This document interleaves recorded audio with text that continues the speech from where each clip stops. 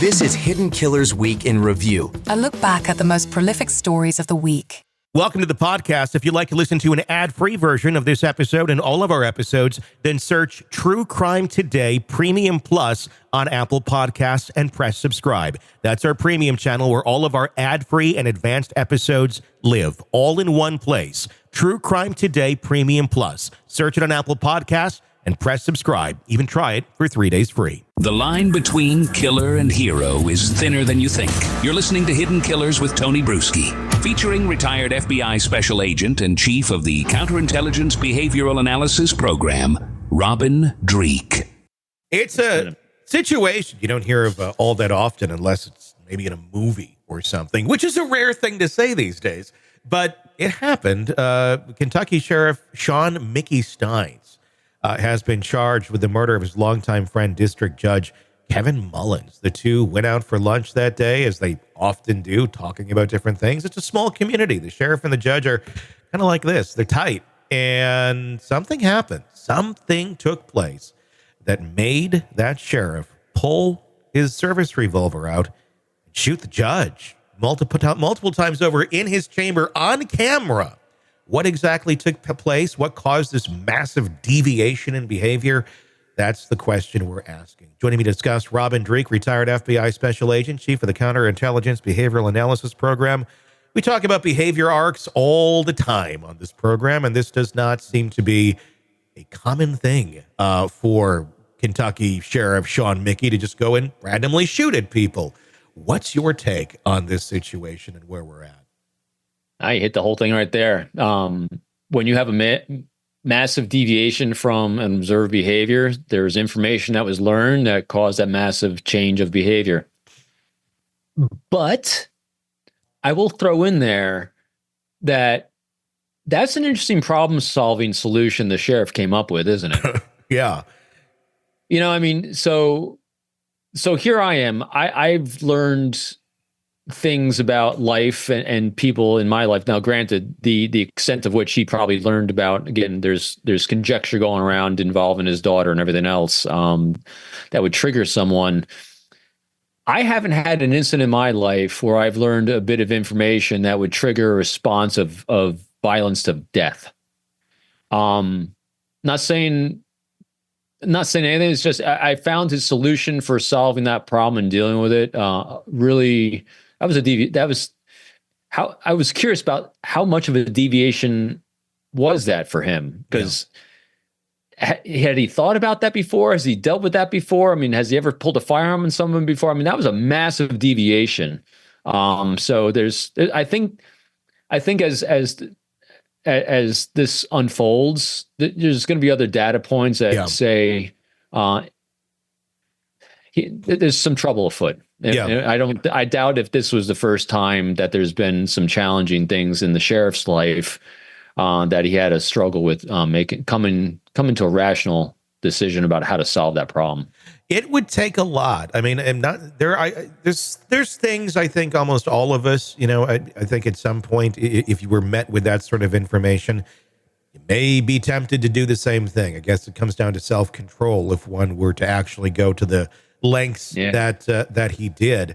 But there's only certain pieces of information that I think would make most of us rational, healthy individuals go that far, and would probably involve our kids. And what we do know, and it's all we do know, is that he likely found his daughter's phone number on the judge's phone, tried calling his daughter from the judge's phone, as well as his own right before this all went down. Now, that's where the speculation runs wild. Where are we going with this? Why was the number on the judge's phone?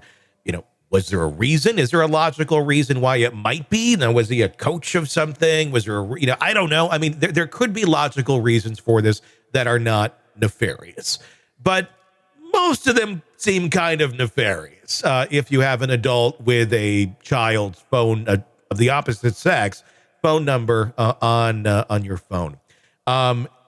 I'm assuming there was more than just the phone number that was on that phone that caused that sort of, I would say not hoping in a way, like I hope nothing was going on, but to just find the phone number and pull out a weapon and shoot him, I think would be a bit extreme. That's why I'm guessing there's probably a bit more to the story.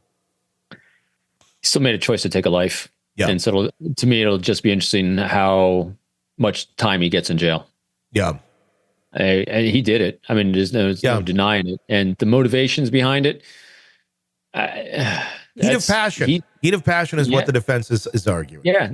And I get that, but still, he still made a choice, to take a life. The recent books I've noted with you before, on the other shows, Gavin DeBecker's, Gift of Fear, as well as Obsession by John Douglas, both of them iterate and no matter in any of these cases that deal with someone committing murder, people can justify it as much as they want, but they still made a choice to take a human being's life. Yeah. Outside the criminal justice system, outside of everything, they made a choice to take a life. Yeah. And this, there's no debating this one. He took a life. Yeah. And he's, it's not that he's denying it. So and while it comes down to how it can defend it. Yeah, exactly. And in our criminal justice system, in our society, is that acceptable? No, it's not. Right. In terms of a human being trying to basically protect your child from, I don't know, was he a predator? We don't know the answer to that.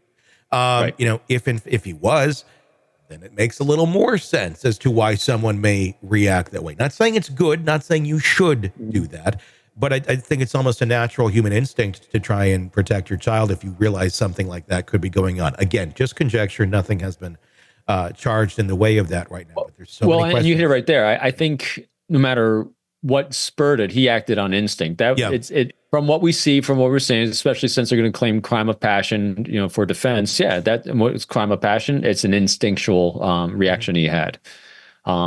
I'm sorry that he happened to be holding a firearm when he had the instinct, because it's going to cost him a lot more as well as the judge, because again, we don't know anything, but now someone else is deprived of another life. Yeah. Because now remember this, as I think it's important to remember in all these cases, the victim is gone, but the other victims are the people's in that judge's life. There might have been people that loved and cared for him very deeply that are now deprived of him because of the sheriff's choice of instinct, to take a life. Yeah. Well, and also, I mean, and that's something that should be thought about on the sheriff's part. Clearly, he did not. You do this, you're taking yourself out of your daughter's life as well. And if that's ultimately your goal, is to be there, there's other ways of dealing with this where you can remain in your daughter's life, because she probably needs you and not behind bars. But unfortunately, that's where he's going to go because of that reaction. It's going to be fascinating, though, to see where this all goes. And that's ultimately where it goes to sentencing and what's appropriate when you find out news of whatever nature that was. Yeah, it's just, I hate these cases just because there's nothing but sadness and tragedy all around it. Yeah. And because again, the people I'm thinking of right now are the judge, the sheriff's daughter, and the family around the judge. Sure. Yeah. Lots of questions and not a lot of answers, and probably a lot of reconciling who that individual was, if there is something there. And here's my conjecture. We're probably going to hear some creepy things. Yeah. And that's a lot to take, especially if you're the family and you're not there, then they don't have the opportunity to reconcile that with the person that, allegedly is doing the abuse, if that's part of it.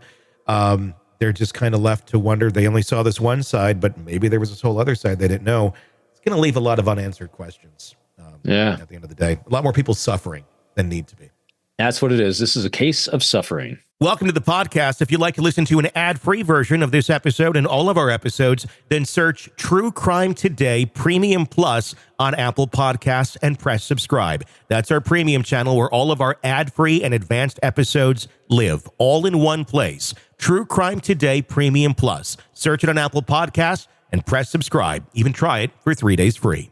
All right, true crime addicts, let's cut the crap. You're knee-deep in the gory details of your favorite podcast when suddenly a commercial hits like a bad meal. Seriously? You deserve better. Upgrade to True Crime Today Premium Plus on Apple Podcasts, where you can binge without those annoying ads. Plus, get extended interviews that go deeper into the darkness and early access to episodes so you can be the first to know. It's like trading up from fast food to fine dining, but with more blood. So, go ahead. Search for True Crime Today Premium Plus on Apple Podcasts subscribe, and feast on the good stuff.